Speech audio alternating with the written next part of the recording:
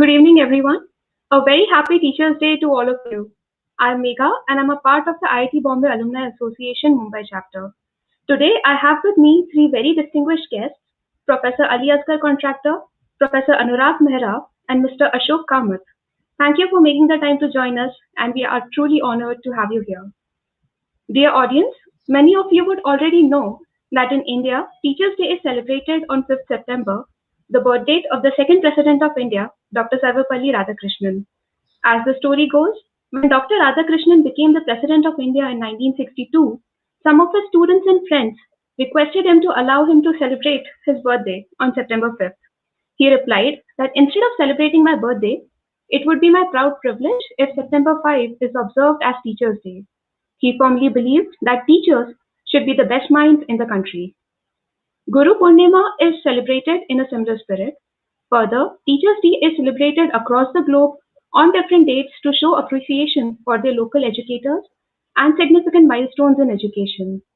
This shows how much we value teachers and education and how important they are in shaping the future of humankind.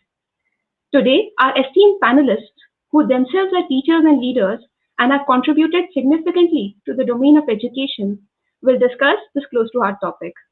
I am very excited to hear their expert opinions on the state of the current education system, the new national education policy, the future of education in India, and how we can help in shaping that future for the better. Before we start, I do want to share brief introductions of our panelists for the rare chance that you don't already know them.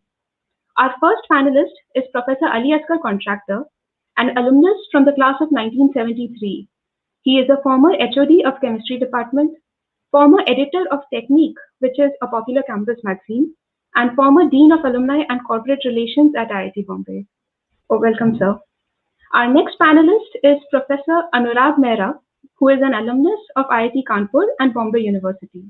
He is a professor in the Chemical Engineering Department and an associate faculty in the Center for Policy Studies at IIT Bombay.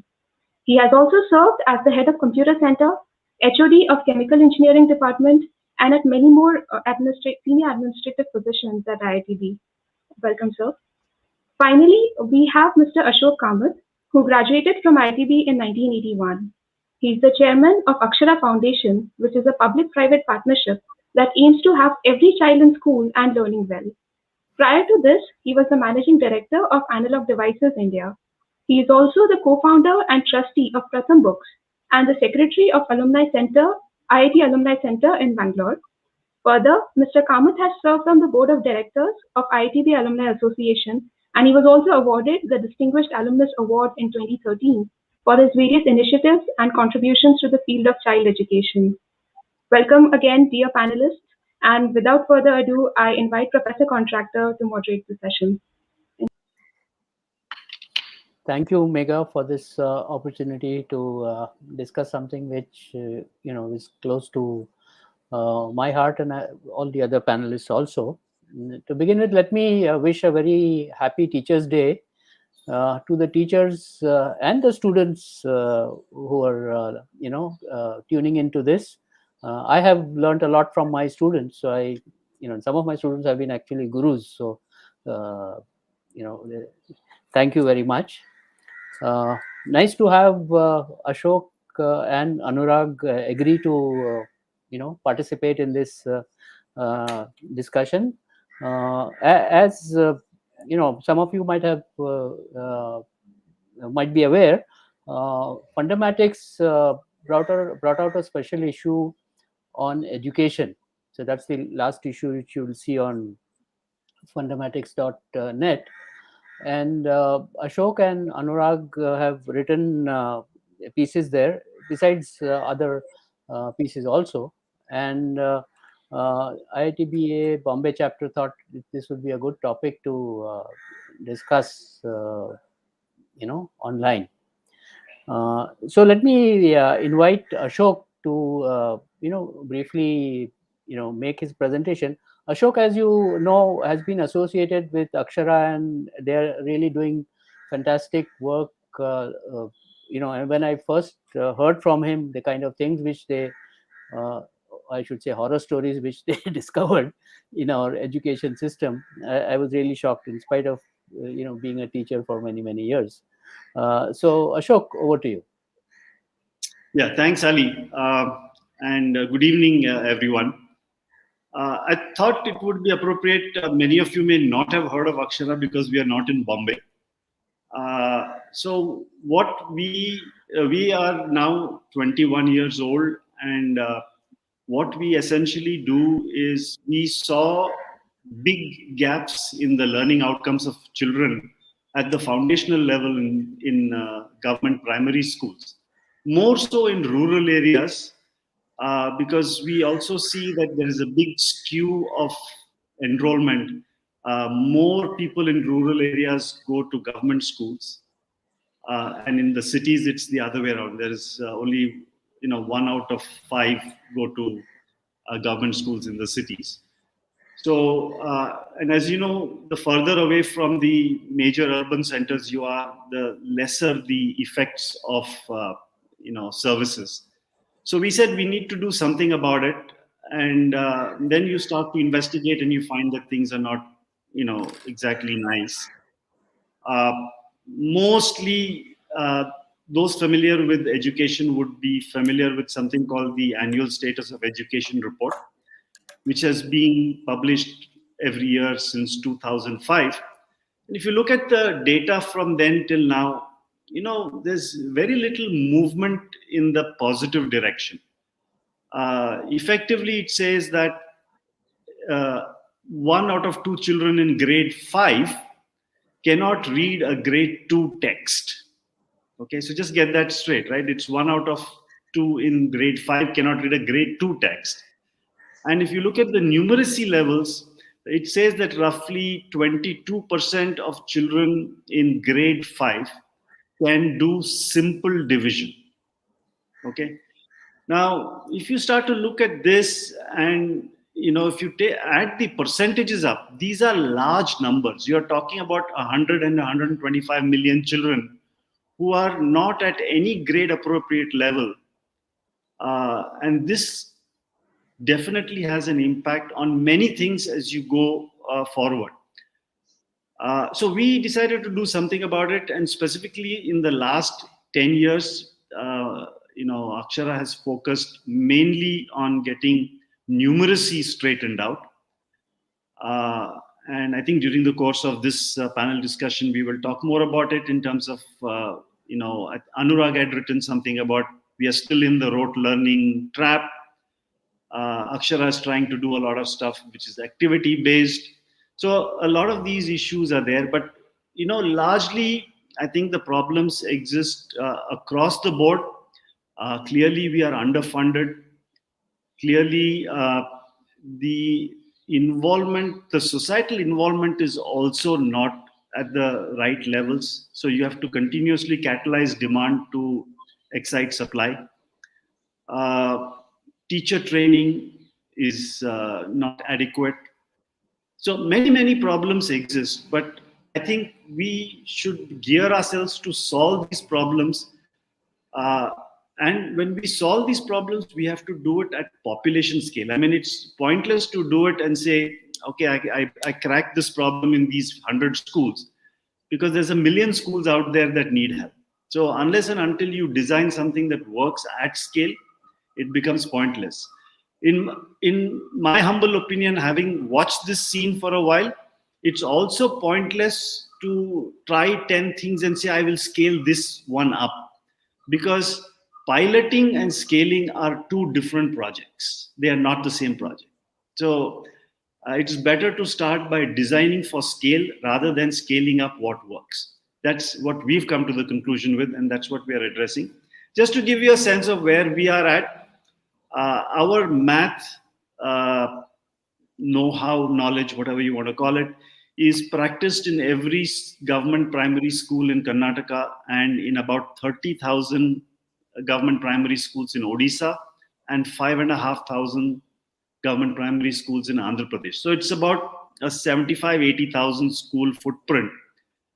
And what this means is that every time they have a math period, the teacher pulls out the kit that we've designed and which is in the classroom.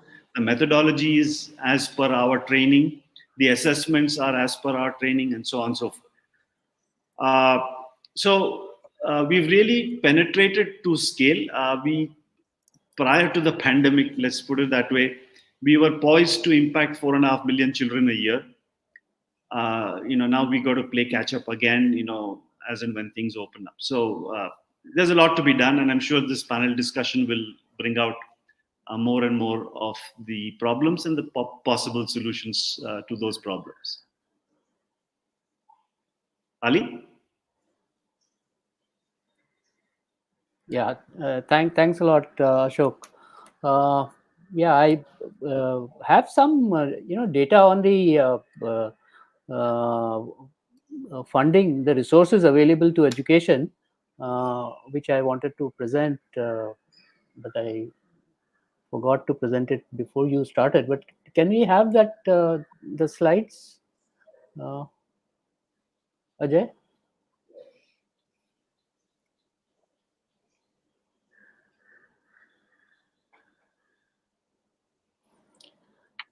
Yeah, so this is shows the average OECD non-tertiary education expenditure by source of funding. So this is essentially primary and secondary school expenditure on primary and secondary school from in OECD countries. The bluish gray large area that you see is public funding, and the green at the top is private funding. So essentially, over the years from 2000 2012, almost 90% or more has been government public funding rather, and about the balance from private funding. This is in the context of our sort of opinion these days, or what's popular is that government people should pay for what education they are getting. So I think we should see that some of the most developed countries are spending a lot of money in public education, because educating the population, the citizens, is an investment. It's not really a service that as the way we see it. Can we have the next slide, Ajay? Yeah, so this is the data for United States. This is as a percentage of GDP. So you can see that the expenditure has been increasing, for the last 65 years, the data from 1950 to 2015. And the green mountain shows the public funding, and the blue-gray here is the private funding. Essentially the ratio has been maintained, but the total expenditure as a function or as a fraction of GDP has been increasing. So now they are really at about 7% of GDP. Yeah, I could not really get data on the proportion of public and private funding in India, but I have I mean, somebody had referred to this and said about 50% of education, non-tertiary education, is funded by the government and 50% by private. So which is a very different ratio from what we see in the developed countries. But if you look at the public-private schools, the ratio of public to private schools in India nationally, the ratio is 73 to 27. Whereas if you go to the urban areas, the ratio is really very poor. The public to private is 35 to 65. In rural areas, as Ashok was mentioning, it can be 80 to 20, but in urban areas, it's very small. So there is a lot of private, expenditure which goes into even primary and secondary education in India. And I have one more slide which compares India with the BRIC countries. So you can see the government expenditure in primary education. Here I have essentially chosen the BRIC countries. You have Brazil. South Africa is missing from here. It's there in another one. But virtually any graph you look at internationally, I mean, India is really at the bottom. So we are very low down. Okay. I think the next one has data for BRIC countries. Yeah. So here you can see South Africa, Brazil are way above, India. The data for China, of course, the line for China it doesn't have too many data points, so one can't really comment.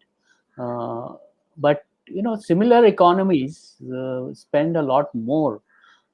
In fact, almost 50 to 60% more per capita as compared to what we do. This is the data per capita. Okay. Yeah. So we often get into the nitty gritty of education and teacher training and you know uh, communication of the information, digital, etc. But we really uh, don't talk about, or government doesn't like to talk about what it is not funding. So they point out other problems and look at that and look at this, rather than something which is really basic. Okay, I would now like to invite Anurag. Anurag has been writing on policy-related matters frequently uh, in various fora, and those of you who know Anurag know that he doesn't mince words. So let's hear it from you, Anurag. What do you think of the education scene? Thank you, Ali, and hello, everybody. So, I think the reason I got invited to this, as Ali mentioned, was because of the article that was written in Fundamatics, which was actually written in IndiaForum.in a few weeks before that. And the purpose of writing that article was something that has troubled me for a long time. I've been teaching in IIT for 30 years. And there seems to be a gradual decline in creativity and people sort of thinking for themselves. And I think the change in the coaching in the JE pattern, I think somewhere around 2005, to multiple choice questions, and the adaptation of the coaching industry to that particular change, I think has gone a long way in creating sort of deep kind of problems in the whole system. So the thing that puzzled me was, why is it that people are able to do certain kinds of problems very well, but whenever there's something open-ended or something that requires,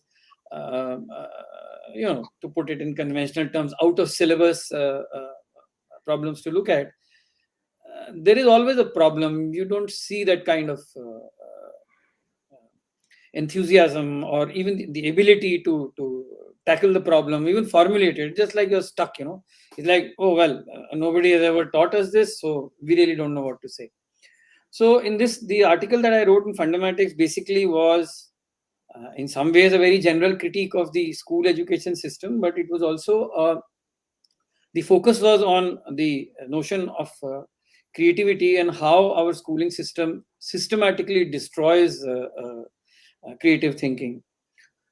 So I'll just kind of read through the points. Maybe it's a good idea. Ajay, if you can put up the presentation. These are more of talking points, but so.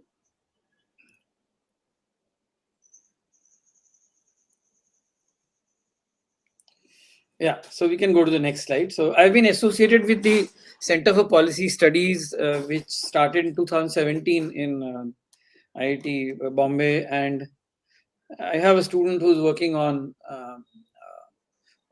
MOOCs and who uses them in India and so on. So there's some bit of policy work that I have started, which is very different from the kind of work that I was doing in chemical engineering. So if you see here, contrary to a lot of popular myths about innovation, we recently had a document issued by the government, which is about a new innovation policy. And some of the myths that go around,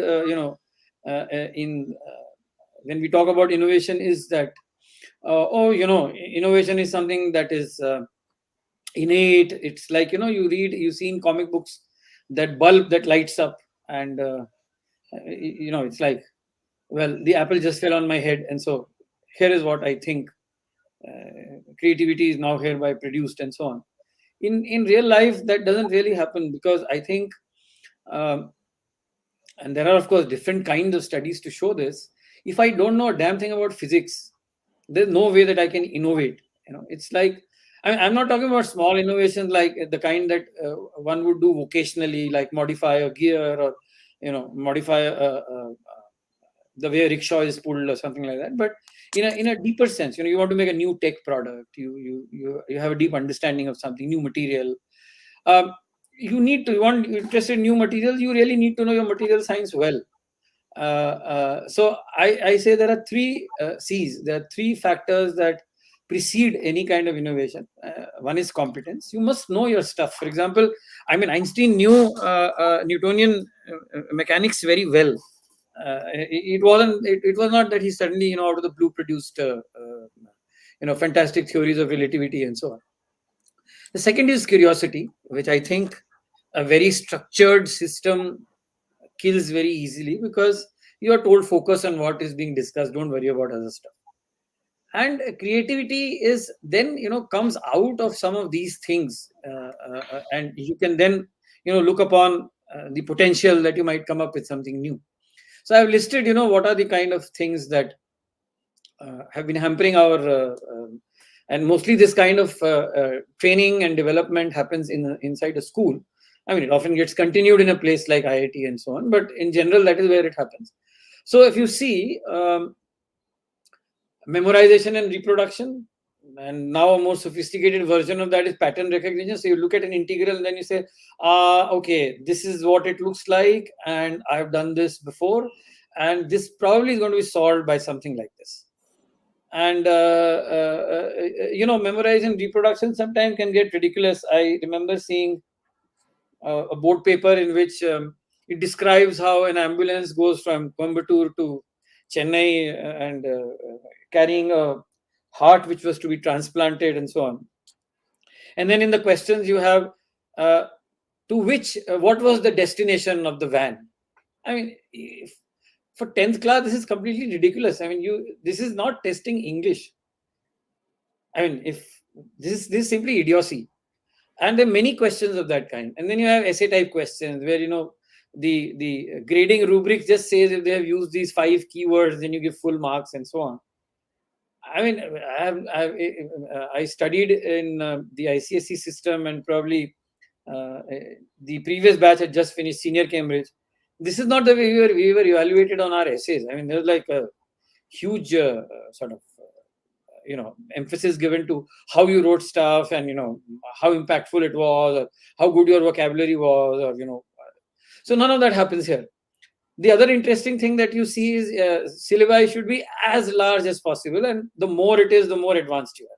So it's you feel very proud in saying, oh, for my 12th class exams, I basically studied chemistry books from BSc courses and so on, and which effectively means quote unquote know a lot of stuff in a very superficial manner. Then there's of course this obsession with examinations. Ultimately, nothing matters. What matters is how much you score, and that's it. You must just score, and score. And then, of course, if you score really well, you might get an automobile from a coaching class, and reporters running after you. You're a celebrity for a few days. And this has given rise to, some absolutely ridiculous things like, question banks, and kunjis is the word that we use in North India, which are like keys. It's like expected questions, and they'll have descriptions and the answers given in short form quickly, so you can memorize and so on. And I've seen English novels being treated like this. Describe someone's character, there are 5 points over there, and you don't even know who the character is. You've never read the novel, but you know exactly what that character is about.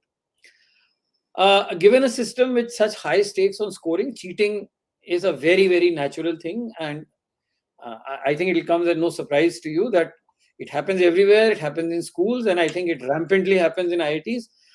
Some of these truths have been laid bare now in the online system, because there have been all kinds of debates about how to conduct exams and online exams. How can we make them full of more integrity and so on?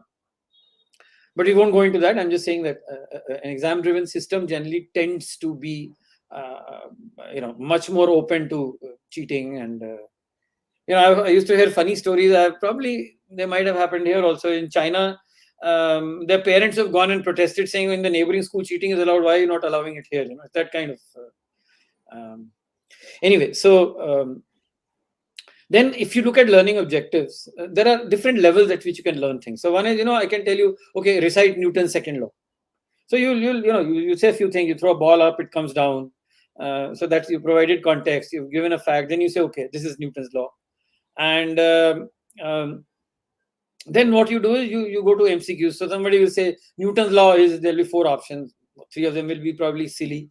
You know which one to choose.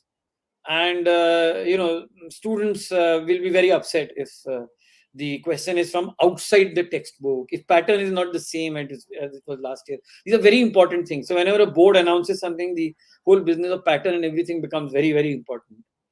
The structure therefore is extremely important. The third level is, the second level is, okay, you learned something. Now you apply this. Okay, you've learned what Newton's law is, now apply it to a projectile. So maybe if you are from a good school and if you've come to a good college, you will know how projectile motion is. And first year physics will tell you, mechanics you will apply, and you will learn some of that. So you learn some bit of application, some analysis, some solutions, usually from very hackneyed examples and so on. The third level is when you learn to engage with novel and unexpected things. You've not seen this before, and you should know what kind of law to apply and how do you go about it. Almost never happens, and this is something that I've seen vanishing from the IIT system also. You give something to somebody which is completely new, significant majority of the class will have no clue how to proceed. Then the other one is, of course, illusions of perfection. You look at our boards. I mean, the numbers don't mean anything at all. 95% is like, if you're below 90%, I mean, you are like, who cares? And you have 99%, you have 100% in English, and I mean, just doesn't make any sense at all. But if you talk to people, there's so much pride going around. People are being felicitated.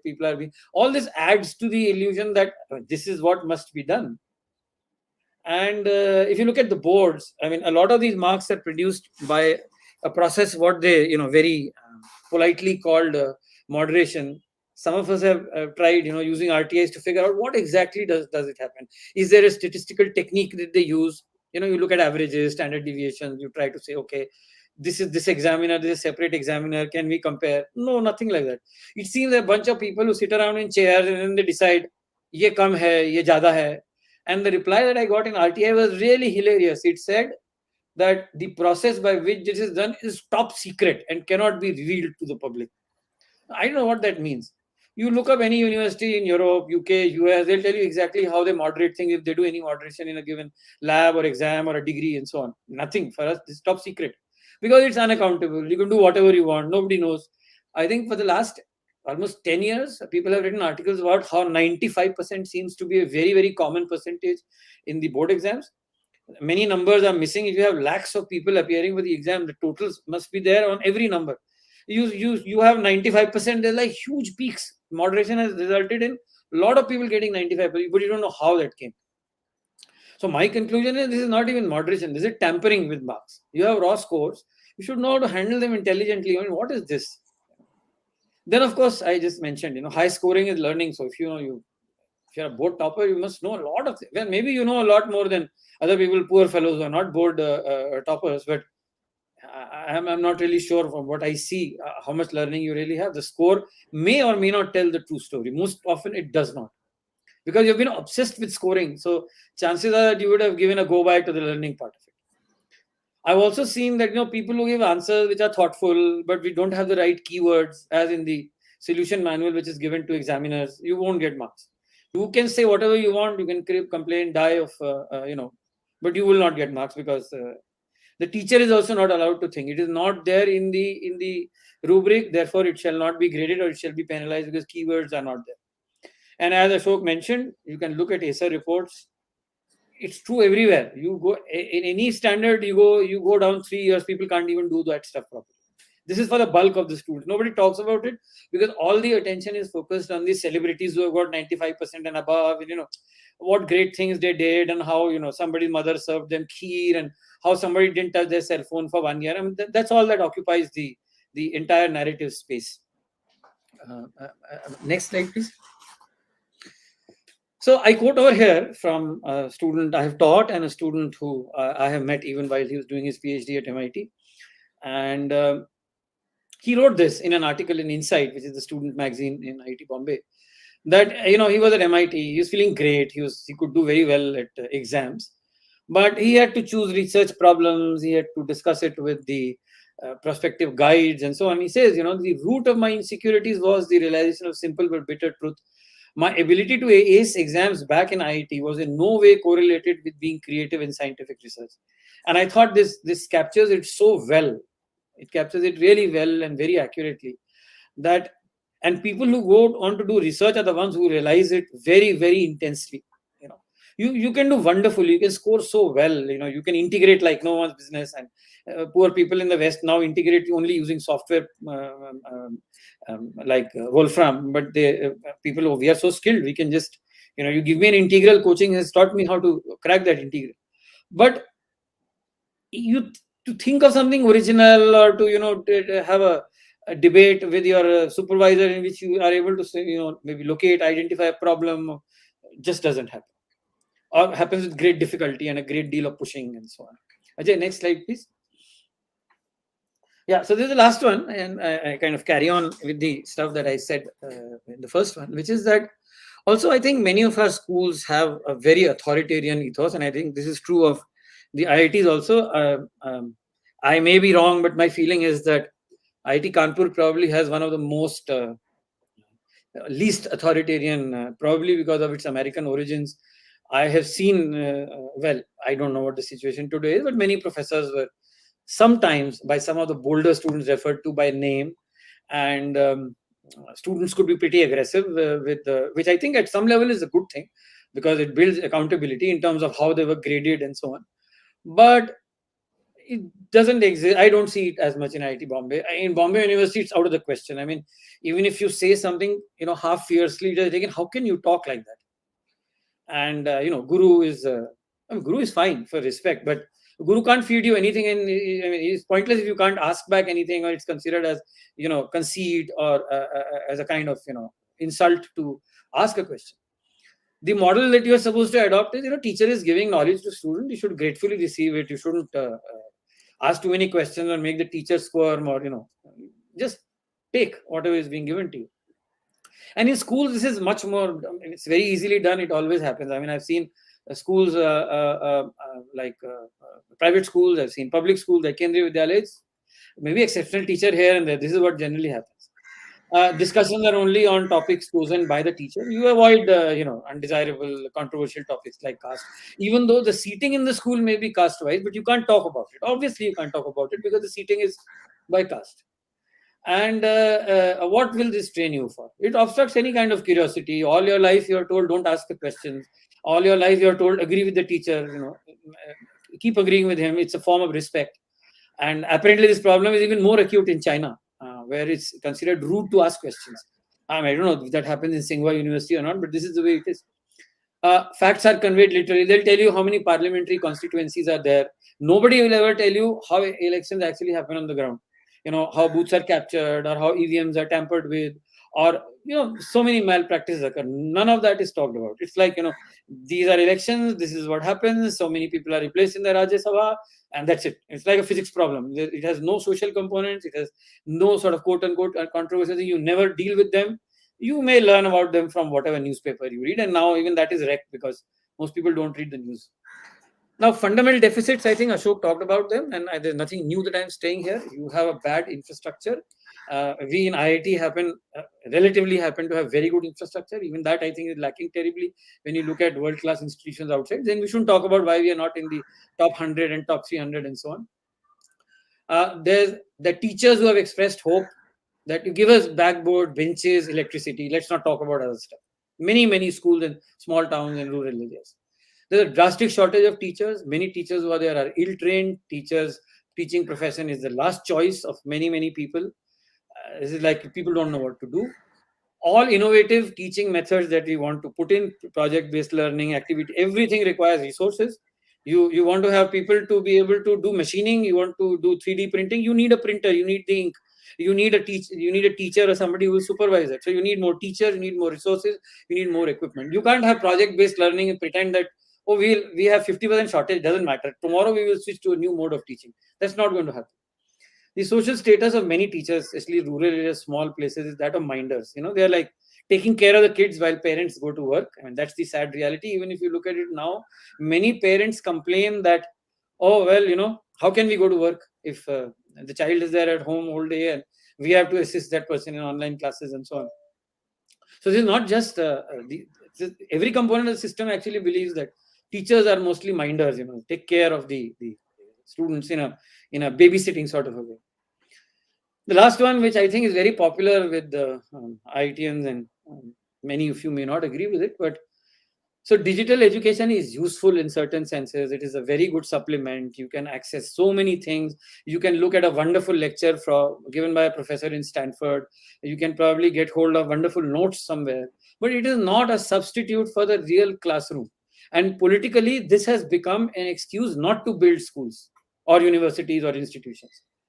And digital utopia will not bring education to all. I think online education in the pandemic has just at least broken this myth. People don't have cell phones. There is one mobile phone in a family of 4. Sometimes people don't have phones. The IITs themselves, being fortunate enough to be funded by the alumni, have given away so much equipment to people. It's not going to work. Teachers, my sister teaches, my wife teaches in a school. There are people, students the teachers who don't know how to handle these things. They have never been trained. The classes are a mess. Students come, they sign in, go away, play games. I mean, it's just, I don't want to get into this. It's a completely different story. The digital divide is an outcome of poverty. It will persist. You cannot pretend to solve the problem of digital divide and pretending that, poverty, wo baad mein dekhenge. That's not going to happen. And people will say, give a solution. And there's really no solution. Whatever solutions are there for removing poverty are required for removing digital divide. Unless, of course, you have a very special scheme in this country where every individual is entitled by some fundamental right to a digital device or something. Even then, you have problems of electricity. How will you charge devices? Where is Wi-Fi? What kind of data? Somebody wrote to me from Pune on one of my articles saying, why are you talking about rural areas? The parts of Pune, I don't have net properly and I stay in the mainstream city. So what is going on? Online classes just don't have the energy, engagement. They're not steered in any way. There's very poor interaction. People are marring dandy all the time, which is a work of, they're just not there. They're logged in, not there. You keep shouting, and they're just not there. Many of my colleagues have told me, they sometimes do this just to find out. They'll ask a few questions. They'll call out people by name. They're not there. They've gone away somewhere. They're logged in and they've gone.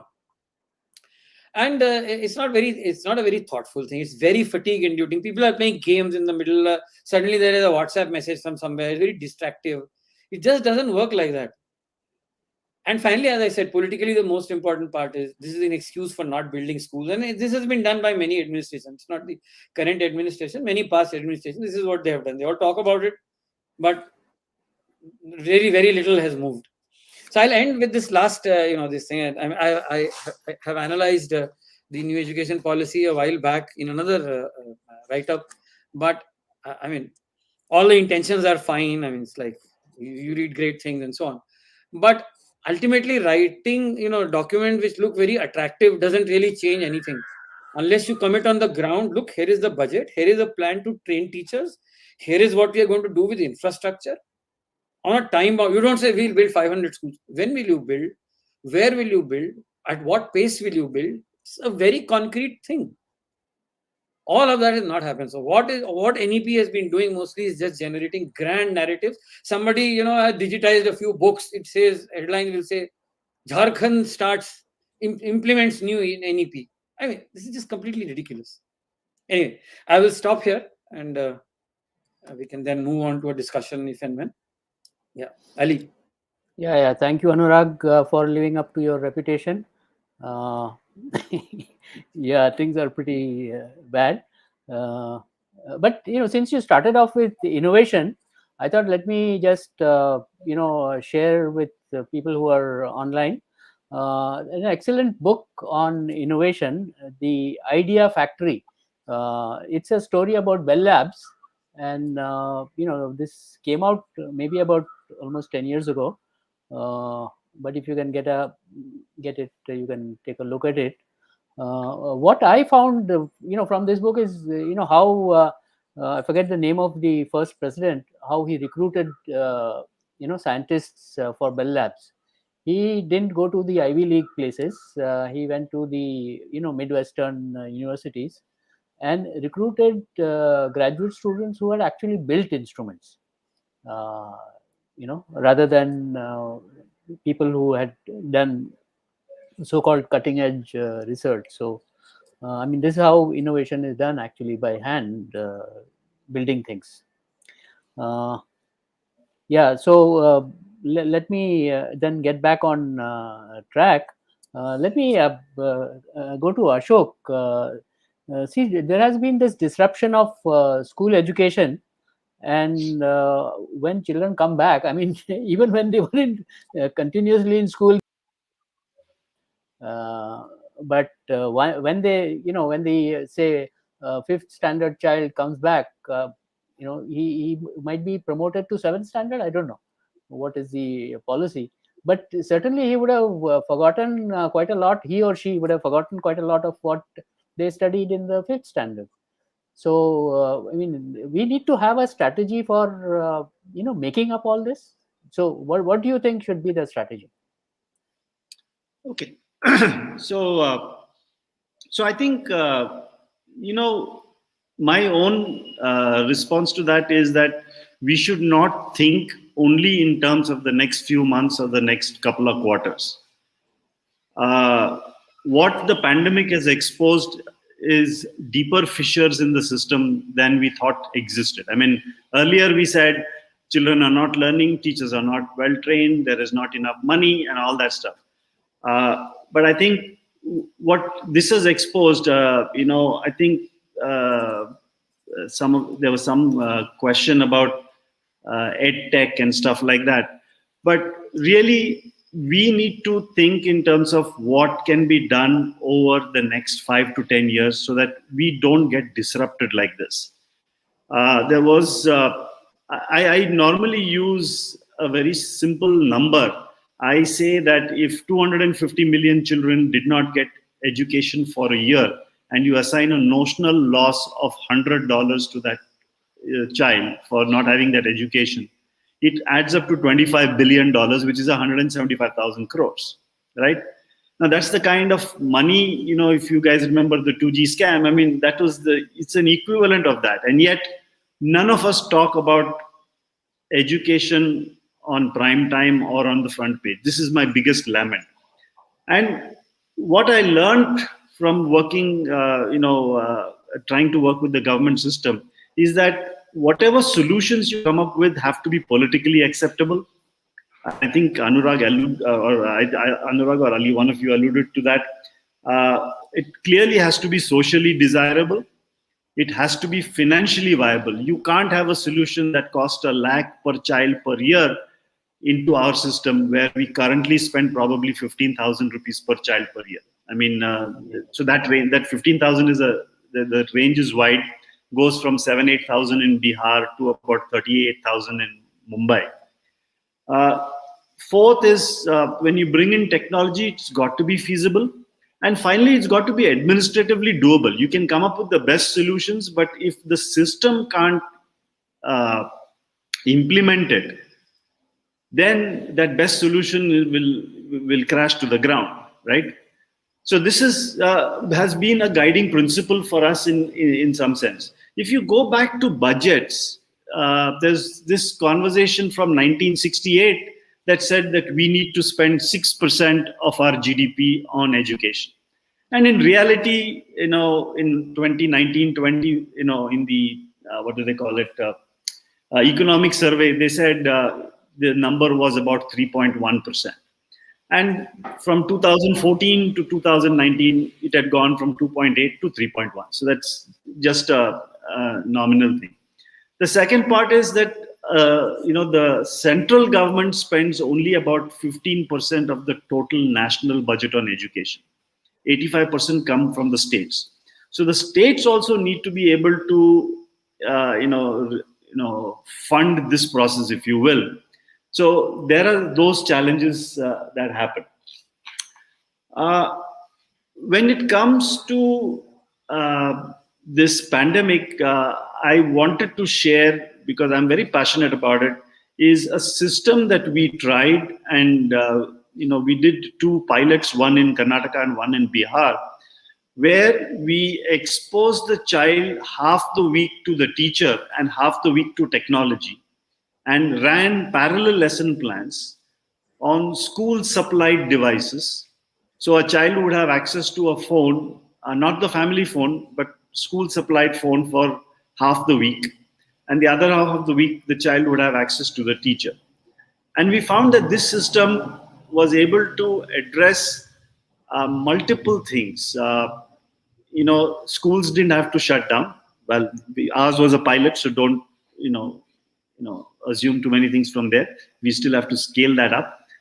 Uh, and children's education was not hindered.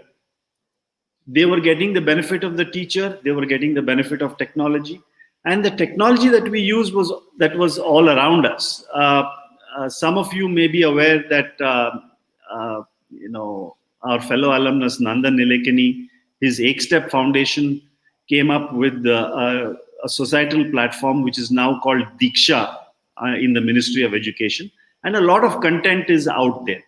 So part one of our lesson plans was to take Diksha content, put content on Diksha, or look at all the content on Diksha, and create a lesson plan that mirrored what was happening in the classroom by mapping it to things that were up on Diksha. So this worked well, and we were very encouraged about it. If you go to the Akshara website, you will find a 40-page report on it.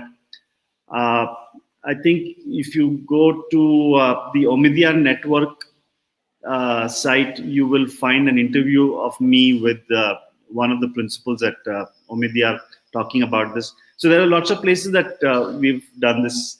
And I think a blended learning concept that takes the advantage of classroom instruction, home as a learning space, technology, all this has to come into a mix, into an appropriate mix. Now, you design this appropriate mix by ensuring that there's a buy-in at the government level, there's teachers are engaged, that the pedagogy is sound, that there is a monitoring mechanism, there is an assessment mechanism, and there's a community engagement mechanism. So we have to bring in all of this, and this is what Akshara has been trying to do. Prior to the pandemic, we were doing all this in the what's now called the offline mode.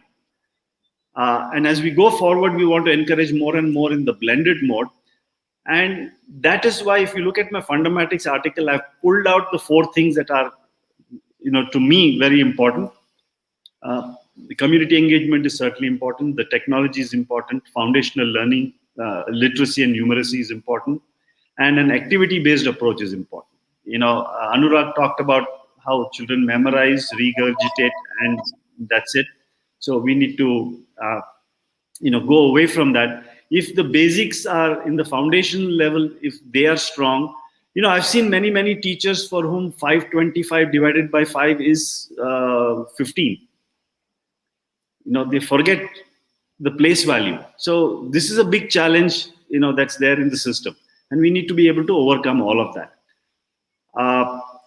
So that's my response to it. So people have asked me the question, how do you go about funding the devices from the school?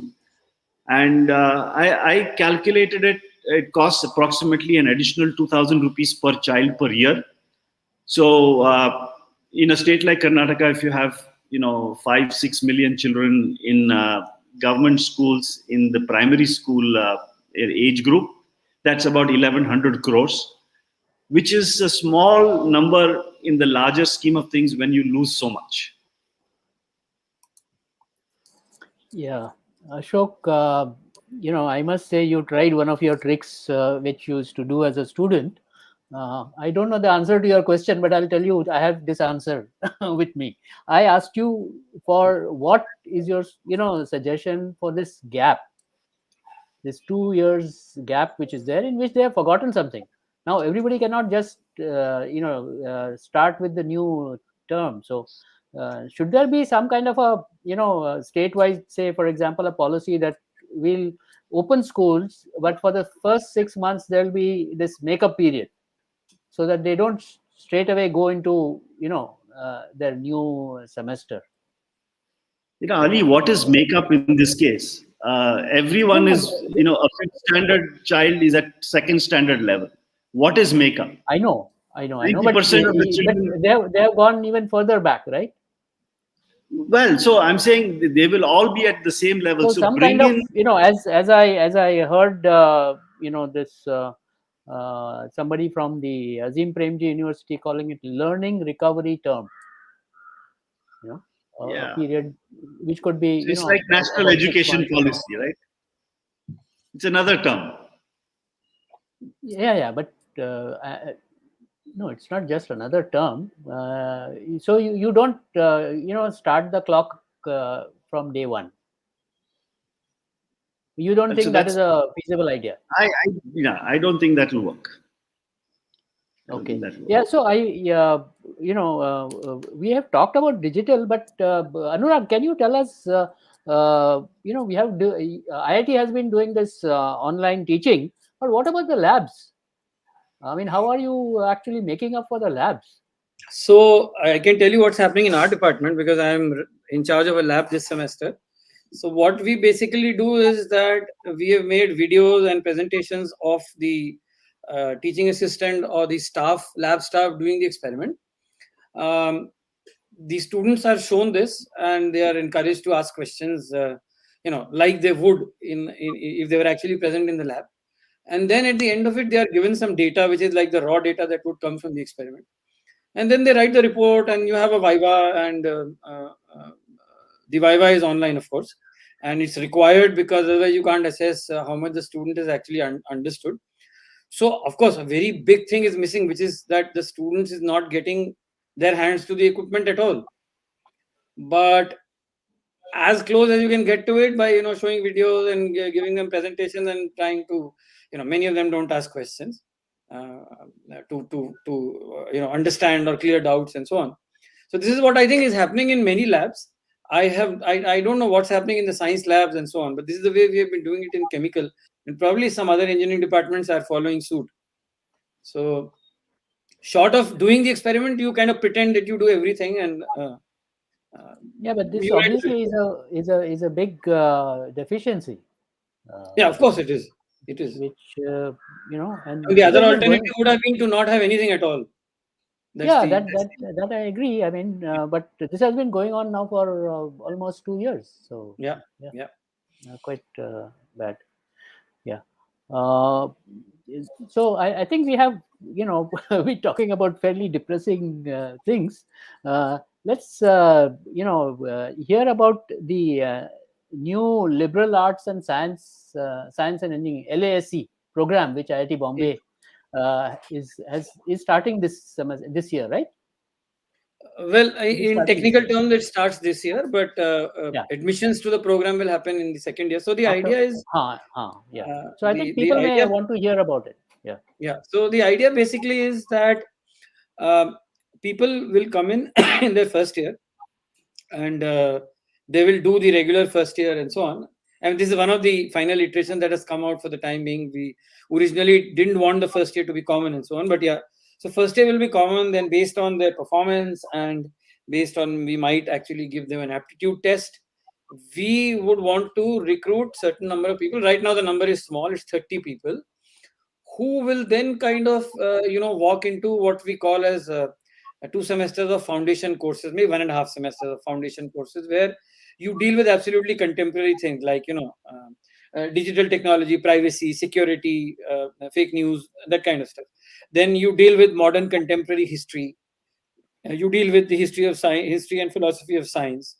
So some very, very interdisciplinary kind of courses, which require stuff to be taken in from a lot of disciplines. And so these are not, it's not like an introduction to sociology. All these are contain a lot of stuff from different disciplines. So I think we have about 7 or 8 so-called, these are called foundation courses. Then after that, the idea is that you can get basically 4 degrees. These are called BS degrees. in natural sciences, engineering sciences, social sciences, and arts and design. And we also have an option of a completely sort of khichdi degree where it will still be under one of these bouquets, but you can probably customize every course. So the idea is that we define a certain number of prerequisites. Okay, you want to do natural sciences. Here are these few physics and maths courses that you must do, and then that opens the a whole bouquet of courses that you can do after that. And they could be anything in the institute: elective courses, basic courses, and so on. And so this requires a strong amount of faculty advising. It's like literally the student sits with an advisor, you chalk out a path, and then you do those courses. So, and there are a lot of elective slots. So you can do whatever. You can do music, you can do performing arts. Well, we don't have teachers for everything right now, but I mean, you could do electronics, even though actually you are pursuing, let's say, something in social sciences. It's up to you. So plenty of opportunity for that. And I think the biggest sort of advantage of this is that we are trying to break the rank and the department nexus. So now what happens is you get a certain rank, that you have access only to a certain department. You can't do anything else. And we are not actually giving you access to a department. We are giving you access to your an opportunity to do courses from various other departments. So if you are in, let's say, even in computer science, and you're interested in music, or you're interested in, say, chemistry, you can actually do that. So it's but like you still need to have a certain sort of SPI or CPI at the end of the second semester, right? To well, what we are saying is, so we want to make it as liberal as possible. What we have said is we'll take the, let's say top 100 or top 200 people in terms of, so it's like a branch change thing. The top 200 people from amongst those who want to apply, and then we will administer a test and choose 30 out. We don't want the CPI to be a block, because I mean, so that's it in a rough sort of way. Okay, let's ask Megha if she has any questions from This was a very interesting conversation, so I didn't want to interrupt. But we do have an equally interesting question from Ramnath Pai. He asks, we speak a lot about teacher training and infrastructure, but most important, most of the brain development happens before the age of 3. Many studies show that early home environment influences literacy and numeracy. How do we enable improvement at homes? I think maybe Mr. Kamath would be in a good position to answer this. So we can start from him.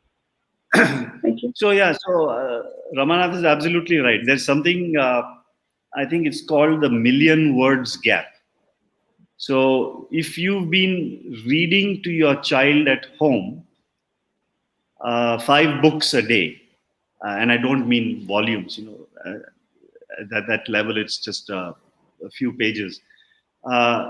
The child at the end of 5 years has listened to about 1.5 million words or 1.4 million words. So, and if the child is not read to at all, the child ends up listening to less than approximately 5,000 words. So that's why it's called the million word gap. And so this is the first thing that is a handicap to most of our children, because their parents, A, cannot read, B, don't have content to read out to them. So this is the big problem. And Ali, you may say I'm going to divert again, but we have a solution to that, which we created content again and distributed it by a process that we call missed call do kahani suno. So a child can dial a number as a missed call and can select, and the parent can select 3. There are multiple stories, so you select it, and the child listens to it. Right? So we created this because of this million word gap problem, that, if we can somehow get a regular phone, it doesn't have to be a smartphone, into somebody's hand, you could do that. So Ramanath is also absolutely right that the brain, lots of studies have shown that the growth is in the early stages. That's why it's called early childhood education. So it's very, very crucial. But Ramanath, the answer to that, in my opinion, is that we have this big handicap. Parents are unable to read, and parents don't have access to, reading material. So we have to find ways and means of getting that across in many different ways.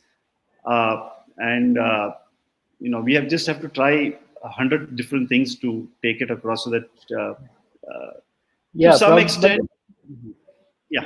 Go ahead. Probably, even more important would be, healthy nutrition for the child. So, interestingly, that all that is there. There is also a theory that says that if you are slightly deficient in nutrition, the brain stimulation will overcome that deficiency. There are studies to points that out as well. So, Ashok, don't say that. This will become policy, No, I'm not saying large. Okay, I'm saying slightly deficient than the brain stimulation. So there are there is research and there is research, right? So yeah, there are things which stare us in the face, but we would like to do something which is cutting edge, right? Do you have another question, Megha? Yeah, so we're kind of out of the hour, so I'll ask a very general question. So during the whole session, we highlighted different flaws of the education system in the sense of its focus on rote learning or lack of resources and a bunch of other things. So what can individuals do on their own to secure the quality of their own education? Like how can they foster creativity on their own?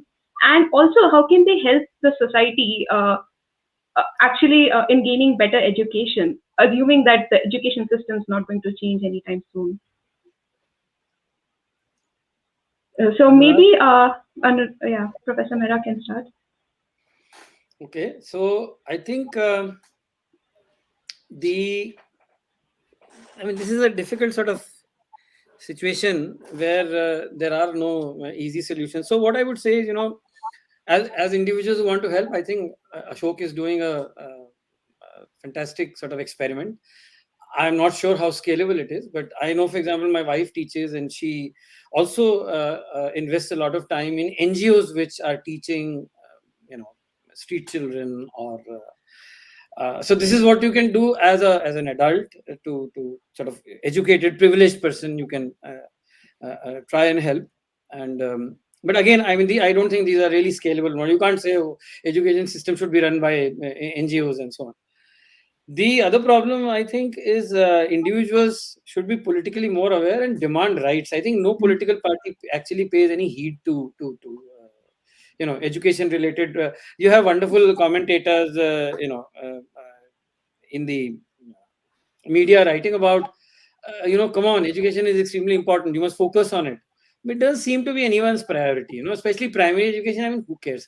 IIT ka ranking is much more important than, So I think this is something that people have to demand, whether it's now who will demand, whether privileged people will demand, or, middle class people in villages will demand. This is very difficult to say, but I think this requires some kind of a mobilization that education should remain at the top of the agenda of any kind of electioneering, campaigns and promises and so on.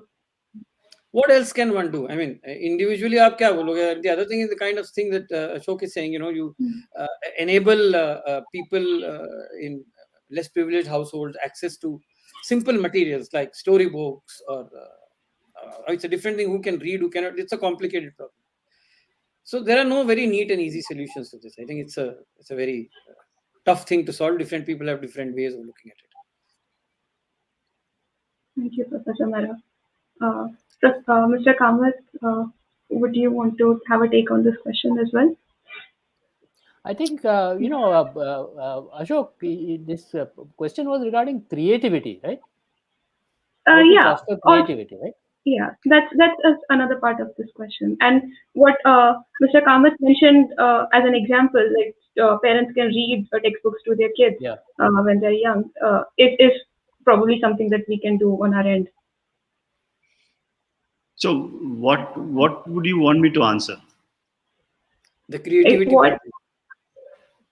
Yeah. Creativity गुरु तो आपके उधर है.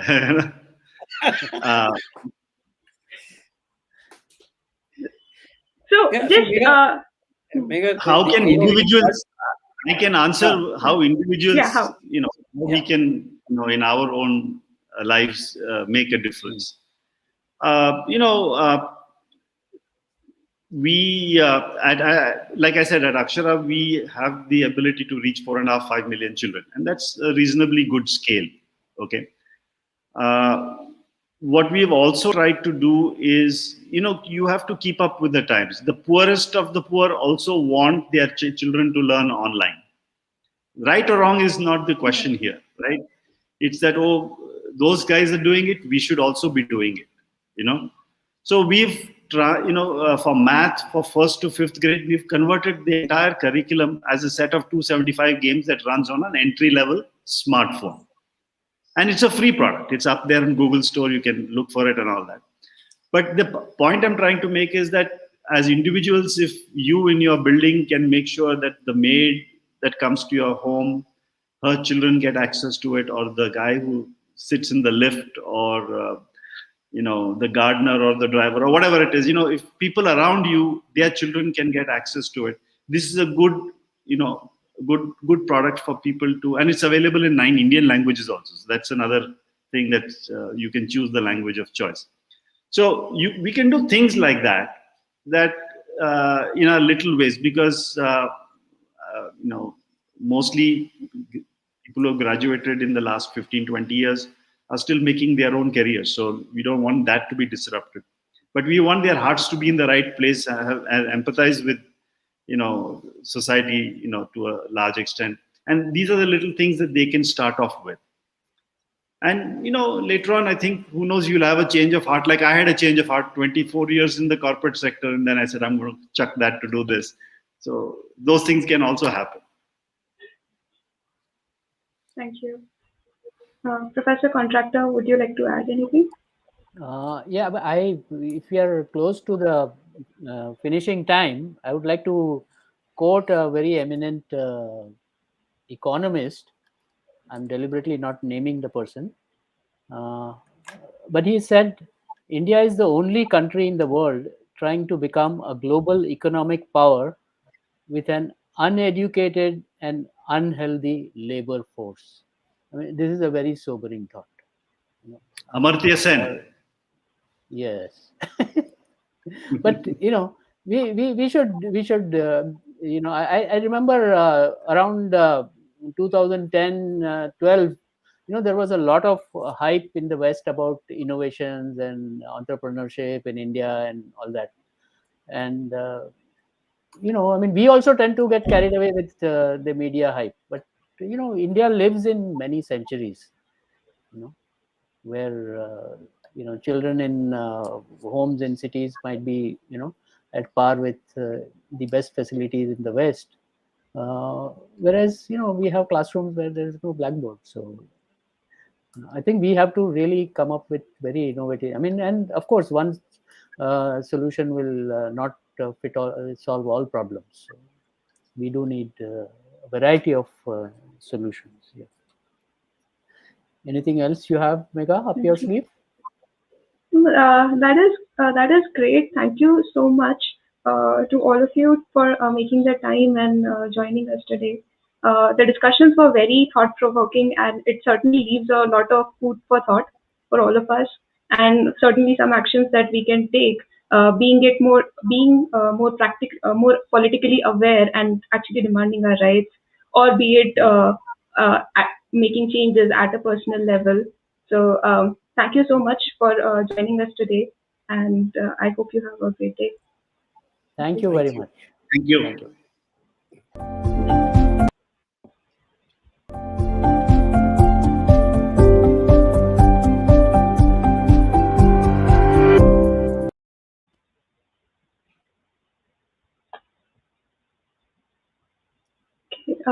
Thank you, Professor